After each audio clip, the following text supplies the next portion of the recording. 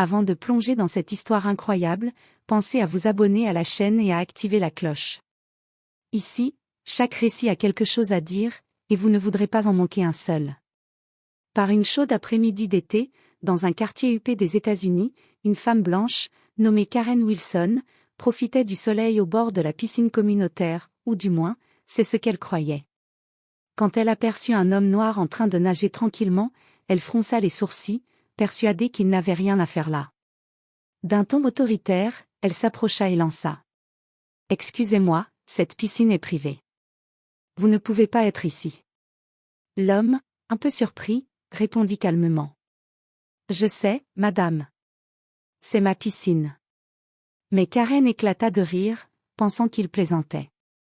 Elle sortit même son téléphone, menaçant d'appeler la police pour intrusion. Ce qu'elle ignorait, c'est que cet homme, David Miller, était le nouveau propriétaire de la somptueuse villa depuis plusieurs semaines, une villa qu'elle avait toujours rêvé d'avoir, mais qu'elle n'avait jamais pu se payer. Quelques minutes plus tard, tout le quartier s'était attroupé. Les regards se tournaient vers Karen, de plus en plus mal à l'aise, tandis que David sortait calmement un trousseau de clés, puis un document officiel. Et ce qui arriva ensuite fit le tour des réseaux sociaux. Le soleil tapait fort ce jour-là. La piscine miroitait sous les rayons d'été, et Karen, lunettes de soleil sur le nez, se croyait reine de son petit royaume. Lorsqu'elle vit un homme noir en maillot de bain s'installer au bord de sa piscine, elle sentit une bouffée de colère monter. « Excusez-moi » lança-t-elle en s'approchant, les bras croisés. « Cette piscine est réservée aux résidents. Vous n'avez pas le droit d'être ici. » L'homme releva doucement la tête. Grand, calme, avec un sourire paisible. « Je le sais, madame. Je suis résident. » Karen plissa les yeux. « Vraiment ? Et où ça, exactement ? » Juste là, répondit-il en désignant la grande maison blanche derrière lui. Karen éclata d'un rire nerveux. « Cette maison ? Vous voulez me faire croire que vous vivez ici ? » L'homme resta serein. « Pas que j'y vive, madame. J'en suis le propriétaire. » Un silence s'installa. Karen crut d'abord à une blague. Puis, en voyant qu'il ne riait pas, elle sortit son téléphone. « Très bien. Si vous ne partez pas, j'appelle la police. On verra qui dit la vérité. » « Faites donc, » répondit calmement David. « Mais je vous conseille d'attendre qu'ils arrivent avant de vous ridiculiser davantage. » Quelques voisins, attirés par la dispute, commencèrent à sortir de leur maison. Certains connaissaient David, d'autres, intrigués, observaient la scène avec méfiance. Karen, convaincue d'avoir raison, composa le 911 d'une main tremblante, persuadée qu'elle allait remettre de l'ordre. Mais au fond d'elle, un léger doute commençait à naître. Ce calme, cette assurance dans la voix de l'homme, quelque chose ne collait pas. Et lorsqu'une voiture de police se gara devant la maison, le regard de David se posa sur elle avec un léger sourire. « Vous êtes sûre de vouloir continuer, madame ? » Karen redressa la tête, fière. « Oui. Vous allez voir. » Elle n'avait aucune idée de ce qui l'attendait. Deux policiers descendirent de leur véhicule, casquettes bien ajustées, visage fermé. Karen se précipita vers eux, pointant du doigt David comme si elle venait d'arrêter un dangereux criminel. « Officier. Cet homme s'est introduit illégalement dans la propriété. Il prétend même que la maison derrière lui est à lui. » cria-t-elle avec indignation. Les policiers échangèrent un regard avant de se tourner vers David, toujours debout près de la piscine, calme et droit. « Monsieur, pouvez-vous nous dire ce que vous faites ici ? » demanda l'un d'eux. David esquissa un léger sourire. « Bien sûr, officier. Je suis chez moi. »« Chez vous ? » répéta le policier, intrigué. « Oui.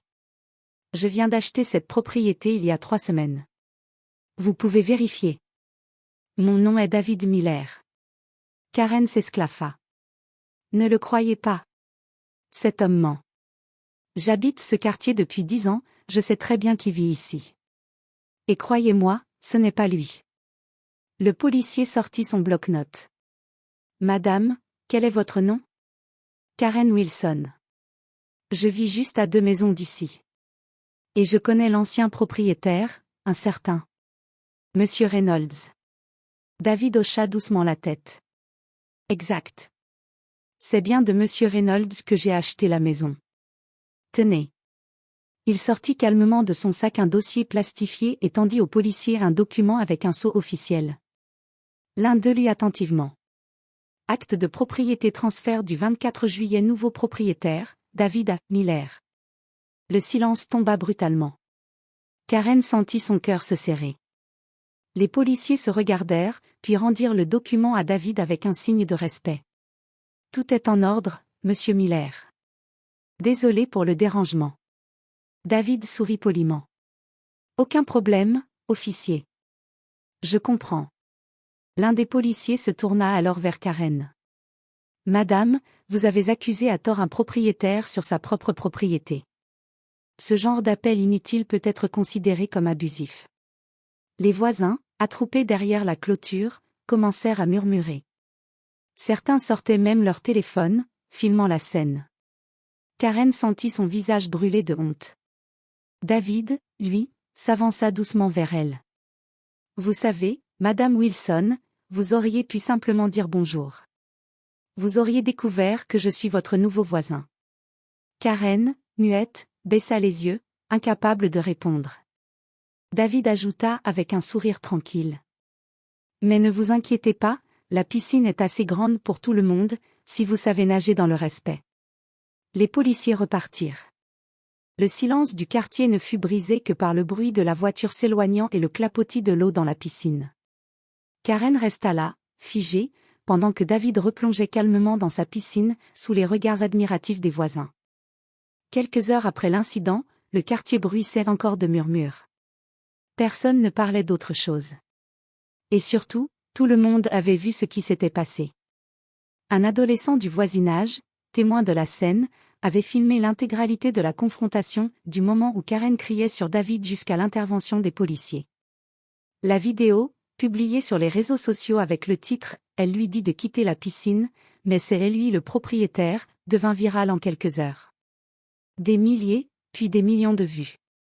Les internautes étaient choqués par le calme et la dignité de David face à l'arrogance et la condescendance de Karen. Cet homme est une leçon vivante de classe et de sang-froid. Karen vient d'apprendre à ses dépens ce qu'est le vrai propriétaire. Voilà pourquoi le respect ne dépend pas de la couleur de peau. Pendant ce temps, Karen, submergée de honte, évitait de sortir de chez elle. Les voisins qui autrefois la saluaient détournaient maintenant le regard. Quelques jours plus tard, une journaliste locale frappa à la porte de David pour l'interviewer. « Monsieur Miller, comment avez-vous gardé votre calme face à tant de mépris ?» David répondit simplement. « On ne peut pas enseigner le respect en criant. Mais on peut l'inspirer en restant digne. » Ces mots touchèrent des millions de cœurs. Invité sur plusieurs plateaux télé, il devint un symbole de tolérance et de sérénité face au racisme ordinaire. Et ironie du sort, un an plus tard, lors d'un barbecue de quartier, Karen finit par venir elle aussi. Tête baissée, un plat de salade entre les mains, elle s'approcha timidement. « Monsieur Miller, je voulais m'excuser. J'ai eu tort. Vous ne méritiez pas ça. » David la regarda un instant, puis hocha la tête doucement. « L'important, ce n'est pas ce qu'on a fait hier, Madame Wilson, mais ce qu'on décide d'apprendre aujourd'hui. » Elle esquissa un faible sourire. Et pour la première fois, ce jour-là, ils partagèrent un repas au bord de cette même piscine, celle qui avait été la source d'une humiliation, mais aussi d'une profonde leçon d'humanité. Quelques mois plus tard, le quartier avait retrouvé sa tranquillité. Mais cette piscine, autrefois simple symbole de luxe, était devenue un lieu de rencontre, d'échange et de respect. David l'avait ouverte à tous ses voisins, sans distinction. Chaque week-end, il y organisait des repas, des moments de partage, et même des collectes pour les familles en difficulté. Là où il y avait eu la méfiance et le mépris, il y avait désormais des rires, de la musique et des discussions sincères. Karen, quant à elle, avait beaucoup changé. Elle participait désormais aux événements, toujours discrète, mais reconnaissante d'avoir eu la chance de se racheter. Un jour, elle confia à une amie. « Je croyais connaître les gens à travers leur apparence, mais c'est moi qui ne me connaissais pas. » De son côté, David recevait souvent des lettres du monde entier. Des gens qui, touché par son histoire, lui disait à quel point sa réaction leur avait redonné foi en la dignité et la justice. Lors d'une interview, il prononça ces mots devenus célèbres. On ne peut pas changer le passé, mais on peut élever le futur. Le respect, ce n'est pas une faveur qu'on accorde, c'est une valeur qu'on partage. Ce jour-là, alors que le soleil se couchait sur sa piscine, David sourit en silence. Il savait que ce lieu, autrefois symbole d'injustice, était devenu un espace de paix et de réconciliation. Et quelque part, au fond de lui, il remercia la vie. Parce que parfois, les plus grandes humiliations deviennent les plus belles leçons.